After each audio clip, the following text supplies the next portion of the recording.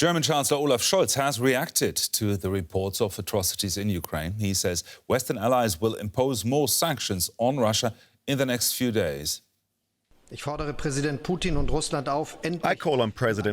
and on Russia to finally agree to a ceasefire. This is a horrible, senseless war that cannot be justified by anything. That has created endless suffering and benefits no one. It has to stop. In coordination with our allies, we will decide on further measures in the coming days. President Putin and his enablers will suffer the consequences, and we will continue to supply weapons to Ukraine so that it can defend itself against the Russian invasion. Olaf Scholz speaking there. Now let's bring in DW's chief political editor, Michaela Küfner. Michaela, Chancellor Scholz has said new measures are being prepared in response to Russia's aggression in Ukraine. So what can we expect there? Well, we can expect the fifth measure package of sanctions to be brought underway. Those are also the signals we're hearing coming out of Brussels, because after all, it's the EU always acting alone. Even as Olaf Scholz was speaking those words, calling on Vladimir Putin to at least agree to a ceasefire, he knows that calling on him to do anything won't get him anywhere. But the impression very much here is, and had the possibility to put that question to Robert Habeck this morning, what that sanctions package could be and how it might have changed over the weekend now that we've seen this evidence of war crimes, of potential crimes against humanity. He wouldn't really be drawn on that, but he did say that the impression is that these sanctions are working, economic sanctions are working, and that is now taken into account when tailoring more sanctions, and that's really the emphasis here. There's talk of specific strategic goods being targeted, more individuals. I think that stands for oligarchs being targeted around the circle of Vladimir Putin, and cash flows being interrupted. Those are the signals we're getting here. The red line still maintains, certainly Germany is ruling out a gas boycott for now. Now, Germany's economy minister and vice-chancellor Robert Habeck spoke to the press a little while ago.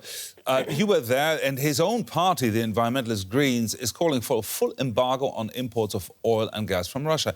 Did he address that in that press conference? Yes, and basically the reason why that red line still stands from the German side, that one doesn't want to go down that route of simply cutting off supplies. The argument remains that that would hurt Germany, would hurt Europe more than it would hurt Russia. But there's a lot of criticism coming also from other highly dependent states, like Poland, for instance, that the German government is not decisive enough.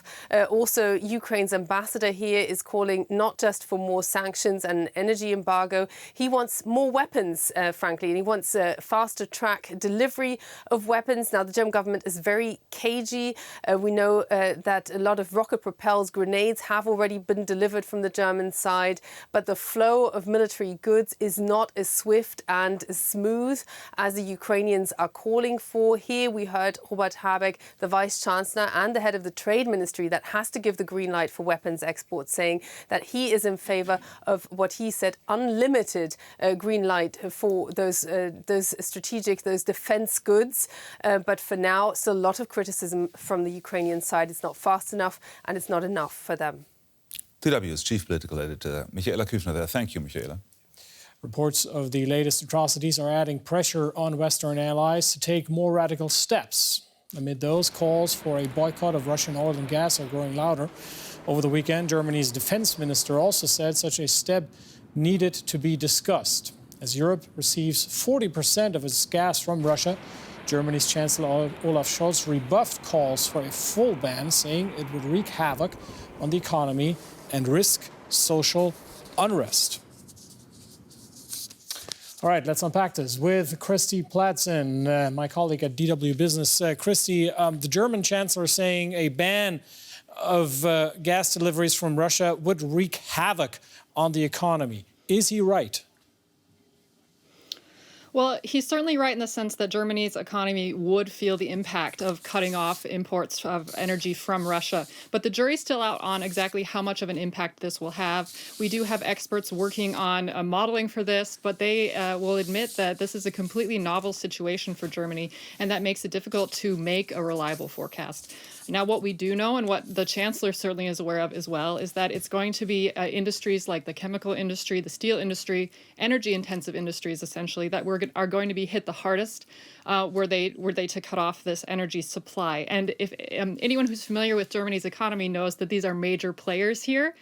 Just last week, we had industrial groups coming out saying that if we were to stop taking Russian energy, that they could be closing shop within just a matter of weeks. So this, of course, could be unemployment, which could have a ripple effect into further industries. And that's obviously very hard to forecast. And this is certainly something the Chancellor has in mind. Christy, nevertheless, calls for targeting Russia's energy sector, they are growing. We have Poland's prime minister saying that Germany is the main roadblock to tougher sanctions on Russia. So how much longer will this stance of the German government prevail? Right. Well, as you said, we saw something of a shift change just yesterday when the defense minister came out and said that the EU needs to consider banning Russian energy. So she basically saying that this needs to be an option that's on the table. Now, at the same time, on the exact same day, we saw an article out quoting the finance minister saying that he is still against this move. So there's certainly not necessarily unity on this at this point. Now, as we said, this is a very unique situation for Germany, but they have something of a benefit of still coming off of another recent unique scenario. And of course, I'm talking there about the coronavirus pandemic. And now what we saw during that is that lockdowns and supply chain issues meant a cut of 5% GDP in 2020 in Germany.